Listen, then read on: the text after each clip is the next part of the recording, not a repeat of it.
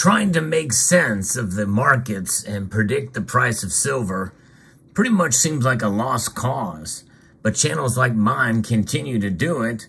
Well, it makes for interesting discussion, that's for sure. But we should never take ourselves too seriously, especially with what I'm about to report on here, which blows my mind. It's baffling to think about this shocking report and the assessment from it. But we're going to try to make sense from it anyway as we explore.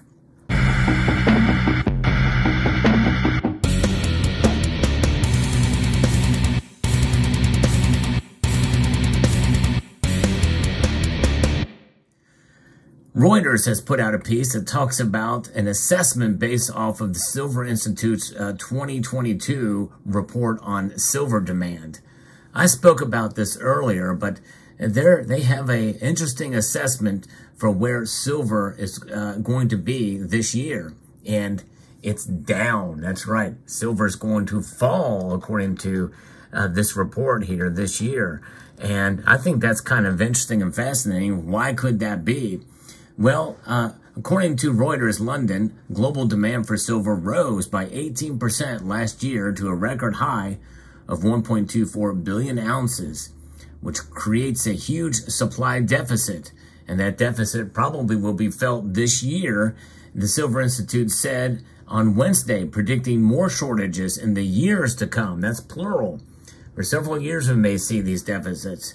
And if it's any measure by what stackers are doing, and there's new people coming all the time to this channel that have just started stacking, bought their first 7 ounces, bought their first 70 ounces, just placed an order for over 100 ounces of silver.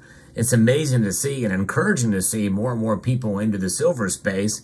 But one thing to learn very quickly as new stackers is that a lot of times channels like mine get it wrong in terms of where silver is going to go.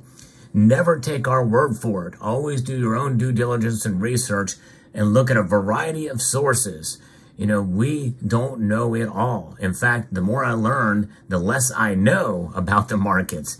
It is exciting and fun to talk about, but nonetheless, there are certain things that could come into play, like what I'm about to share with you here, that can throw a wrench in it all. So the silver market was undersupplied by 237.7 million ounces in 2022, the Institute said in its latest World Silver Survey, calling this possibly the most significant deficit on record. That's right, record demand leading to the most significant deficit in silver on record. That is an alarming report, for sure. That should mean that prices should skyrocket, right? You would think. That would be my interpretation of it. Look for a bigger increase in silver's price in 2023. But we are moving into a different paradigm for the market, one of ongoing deficits, said Philip Newman, which is piggybacking on the previous statement here. This is Philip Newman, who is a consultant with Metals Focus.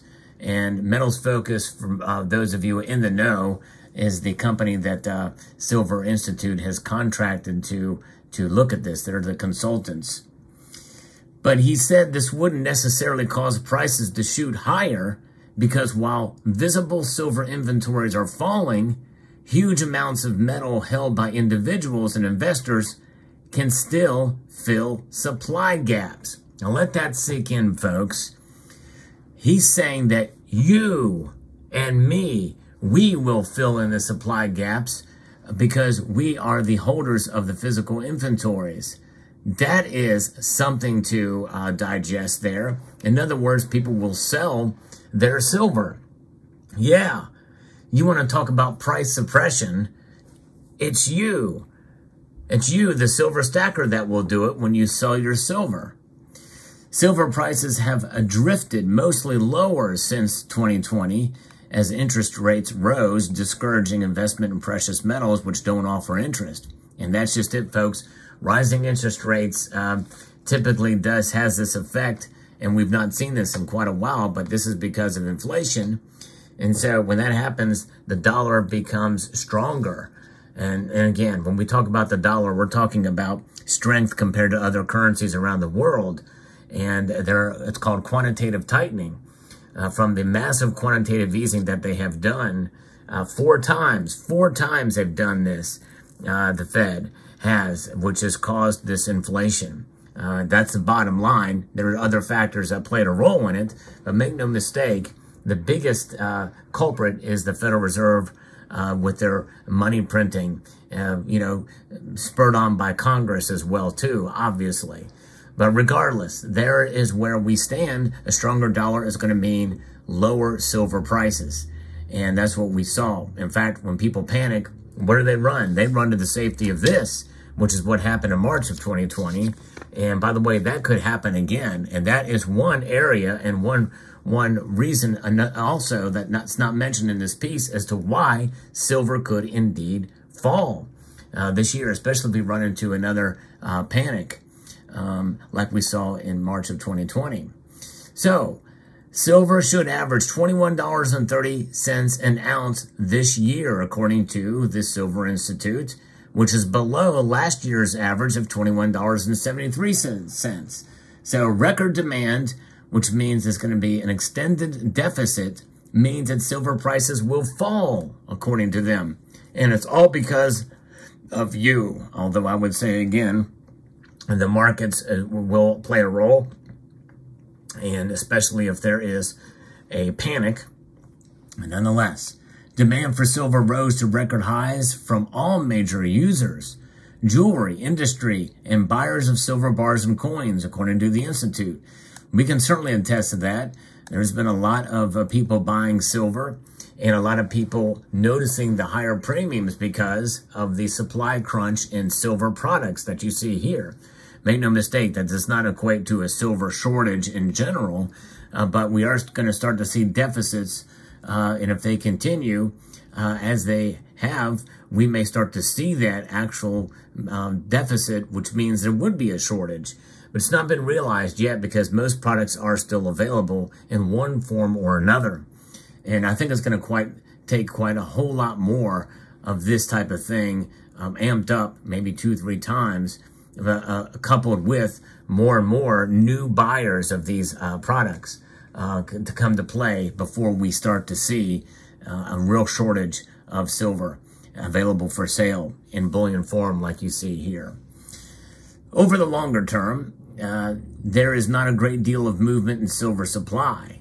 And India is also another factor we must take into account that we saw last year. I reported it on this channel extensively.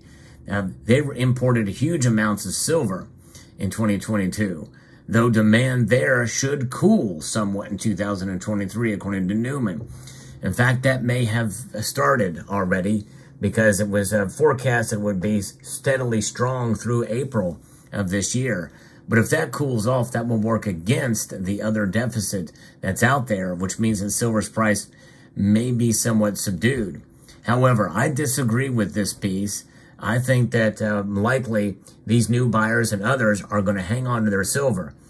We need diamond hands at this point. That means hands that are strong, holding on to the silver that you buy. Now, obviously, there are exceptions when you sell, but I think largely people that do sell strategically is a different matter. But for the most part, we should be holding on to our silver, holding on to your silver because it is a long-term proposition. If you buy silver today and sell tomorrow, even if silver goes up $1 or $2, you're going to lose. You're going to lose big. And you can pretty much expand that out to a week, a month, maybe even a year, just depending on what silver does during that time. So Newman says here that there's not a great deal of movement in silver supply, whereas on the demand side, we generally have that doing quite well, in industrial demand in particular. So will we continue to see industrial demand creep up through the end of this year? I think so. It's possible, but it depends if we hit a recession or not. And if that recession has that much of an effect on industrial supply, is going to be another matter that we have to take into account and consider. And that means that the price could really go either way. Even though they are saying it's going to go down, it may just hold steady. I'm of the firm belief now that we are solidifying a new era for silver, and that support is around $25. That's just my gut instinct. It's really been holding strong to that, surprisingly, over the past couple of days. Now, again, that could change tomorrow. You know, it is very unpredictable. But nonetheless, silver, one thing I am confident about silver is that if you buy it the right way, utilize a form of dollar cost averaging that involves a little bit more of a strategy. I refer to it as smart dollar cost averaging, where you buy a little bit more when the price goes low and the premiums are a little bit lower, and less, much less, and maybe even not at all if the prices spike, especially if they spike dramatically overnight or in one day. So there you have it. Interesting indeed report this is. I don't know that I totally agree with it, but hey, we'll see. It's just fascinating to see what some of the so-called experts say. You can find somebody to say pretty much anything about everything, right? But it's the logic and reasoning behind it. Some of this does make sense, especially if Indian demand pulls back, and they're not even expecting it to pull back by a whole lot. Somewhat cooling somewhat in 2023 does not mean a massive drop in demand from India. So which means that Indian demand probably will still remain fairly strong throughout. So we'll see.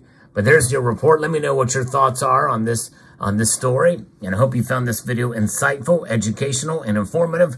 I would like to extend a multitude of gratitude to all of you for taking the time to watch this video, and to encourage you to please rate, please share, comment, and subscribe.